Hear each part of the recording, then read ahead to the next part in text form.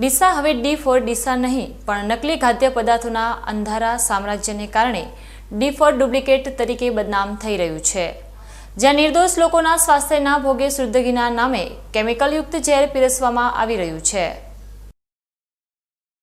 અરે ભાઈ, જરા થોભો અને વિચારજો।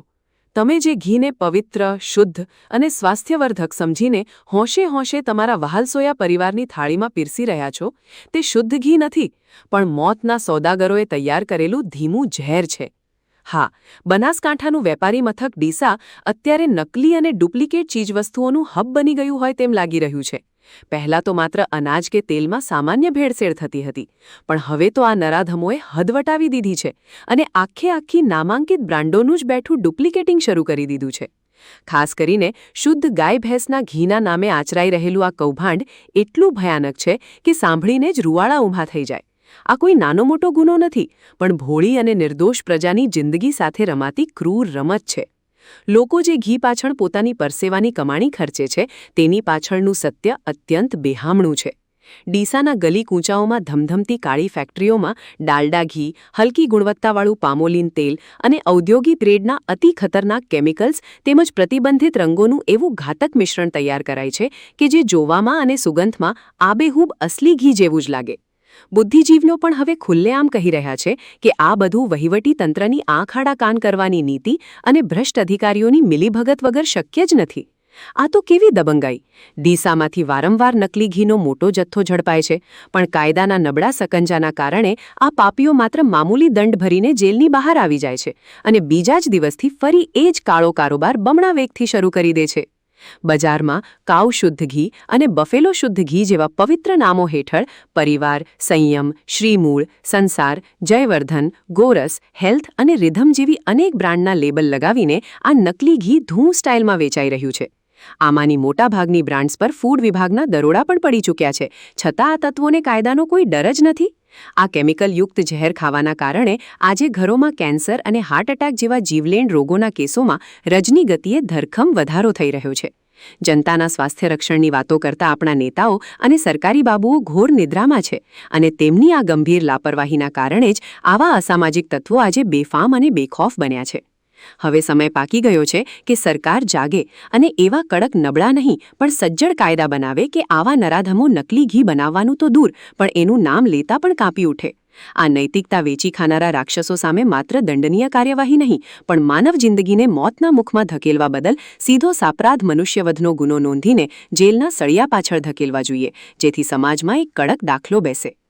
આજે આપણે જોઈએ છીએ કે સમગ્ર ભારતમાં સૌથી વધુ ડુપ્લિકેટ વસ્તુઓનું વેચાણ થાય છે, જેમાં સૌથી વધુ ખાદ્ય પદાર્થોનું વેચાણ ખૂબ થાય છે અને ખાસ કરીને વાત કરીએ તો ગુજરાતમાં સૌથી વધુ જો ડુપ્લિકેટ ખાદ્ય ચીજો બનાવતું હોય, ઘી હોય, તેલ હોય, મરચાં પાવડર, હળદર જે પણ હોય, સમગ્ર જે સામગ્રી આવે છે તે ડીસામાં બને છે। વારંવાર ડીસામાં આપણે જોઈએ છીએ કે આજે ઘી પકડાયો છે, આજે તેલ પકડાય છે, પણ એ વ્યક્તિઓ ફરીથી ડુપ્લિકેટ ઘી તેલ બનાવે છે, કારણ કે ક્યાંક અધિકારીઓ ફૂટેલા હોય છે, ક્યાંક બધાની મિલીભગત હોય છે, પકડાય છે, 2-3 સેમ્પલ લઈ જાય છે, પણ સેમ્પલ લઈ જવાથી કશું નથી થતું, જેનો જે માલ છે ફરીથી વેચાણમાં જતું હોય છે। આજે ડીસામાં આપણે આપણી નજરોની સામે કેટલી ડુપ્લિકેટ તેલ ઘીની ફેક્ટરીઓ, મિલો મોટી મોટી ચાલે છે, બધું ડુપ્લિકેટ હોય છે, એમાં કોઈ જ ઓરિજિનલ નથી હોતું, ખાલી લેબલ મારી દે છે કાઉ ઘી છે, બફેલો ઘી છે, પણ એ હકીકતમાં ઘી હોતું નથી। ખૂબ જ ગંભીર અસર આપણા શરીર પર પડે છે, આપણા હેલ્થ પર પડે છે। આપણે જોઈએ છીએ કે નાની ઉંમરમાં બાળકોને કેન્સર જેવી બીમારીઓ થાય છે, એટેક જેવી બીમારીઓ આવે છે, તમામ જે વસ્તુઓ થાય છે તે ડુપ્લિકેટ વસ્તુઓ ખાવાથી થાય છે। આપણે અહીંયા જોઈએ છીએ કે આપણી વસ્તુ અહીંથી ફોરેન પહોંચાડીએ છીએ ત્યાં રિજેક્ટ થઈ જાય છે, પણ એ આપણા ઇન્ડિયામાં ચાલી જાય છે, કારણ કે અહીંયા બધું ચાલે છે, બધું ખવાય છે।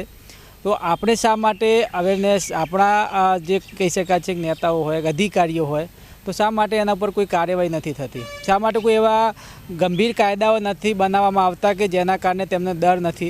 હાલ જોઈએ છીએ તો પકડાય છે, પાછી છૂટી જાય છે, ક્યાંક સેમ્પલ ખોટા પૈસા આપીને ખોટા બનાવી દે છે કે ભાઈ આ તો ઓરિજિનલ હતું એવું કહીને, પણ હકીકતમાં એવું નથી હોતું। આપણા સ્વાસ્થ્ય સાથે ચેડા થાય છે. હું તો કોઈ જે પણ આ અધિકારીઓ હોય કે જે પણ આમાં સંડોવાયેલા હોય તે તમે તમારા બાળકનું પણ ભવિષ્ય વિચારો. ક્યાંક તમે અહીંયા હાલ પૈસા આપીને પૈસા લઈને છૂટી જતા છોડી નાખો છો, પણ તમારા બાળકોના હેલ્થ ઉપર તમારું જ બાળક એ વસ્તુ ખાતો હોય ને એ નાની ઉંમરે એક નાની વયે અને કેન્સર જેવી ગંભીર બીમારીઓ થતી હોય છે, મૃત્યુ થતા હોય છે, તો તમે વિચારો કે આ વસ્તુ ઉપર બીજા ઘણા બધા એવા રસ્તાઓ છે તમે પૈસા કમાઈ શકો છો, પણ શા માટે તમે તમારા સ્વાસ્થ્ય સાથે ચેડા કરીને પૈસા લો છો? એના ઉપર ગંભીર ગુનો દાખલ કરો અને એવા કાયદા બનાવો કે આવા જે વ્યક્તિઓ છે જે ડુપ્લિકેટ કરે છે, ડુપ્લિકેટ વેચાણ કરે છે, તેમના ઉપર એવા કાયદા બનાવો કે જિંદગીભર જેલમાંથી ના છૂટવો જોઈએ, કે એની પેઢી જે છે તેને આખી કહી શકાય છે કે બેન કરી દેવી જોઈએ, બીજી વાર તે આવો કરી ના શકે. દાખલા એવા બેસાડો કે જેથી આવી જે ભેળસેળ વસ્તુઓ જે ચીજો મળે છે બનાસકાંઠા, ડીસા સહિત સમગ્ર ગુજરાતમાં, એ ખરેખર બંધ થવી જોઈએ. કારણ કે આપણા સ્વાસ્થ્ય હશે તો આપણે બધું છે, અને હાલ સ્વાસ્થ્ય સાથે ચેડા ખૂબ થઈ રહ્યા છે. મરચાં પણ હાલ જોઈએ છે કે ભૂસા એકદમ લાકડાનો ભૂસો આવે છે, હળદર જોઈએ છે તો કલર આવે છે, ડુપ્લિકેટ બને છે. ક્યાંક કોઈક પત્રકારો કે કોઈક કહેવા જાય છે ત્યારે રેડ પાડે છે ને પછી કોઈ કાર્યવાહી થતી નથી. બધા મિલી ભગતના કારણે બધું ચાલી જતું હોય છે, પણ આવું ન ચલાવી લેવું જોઈએ.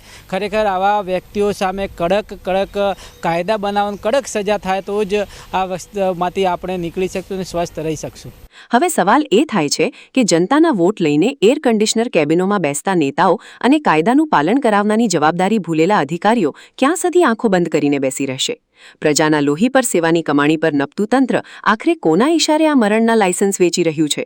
જો સત્તાધીશોમાં થોડી પણ નૈતિકતા બચી હોય તો માત્ર નોટિસો ફાડવાનું બંધ કરે અને આ મોતની ફેક્ટરીઓ ચલાવનારા ઉપર બુલડોઝર ફેરવીને તેમને કાયમ માટે જેલના અંધારા રૂમમાં સડતા કરી દે.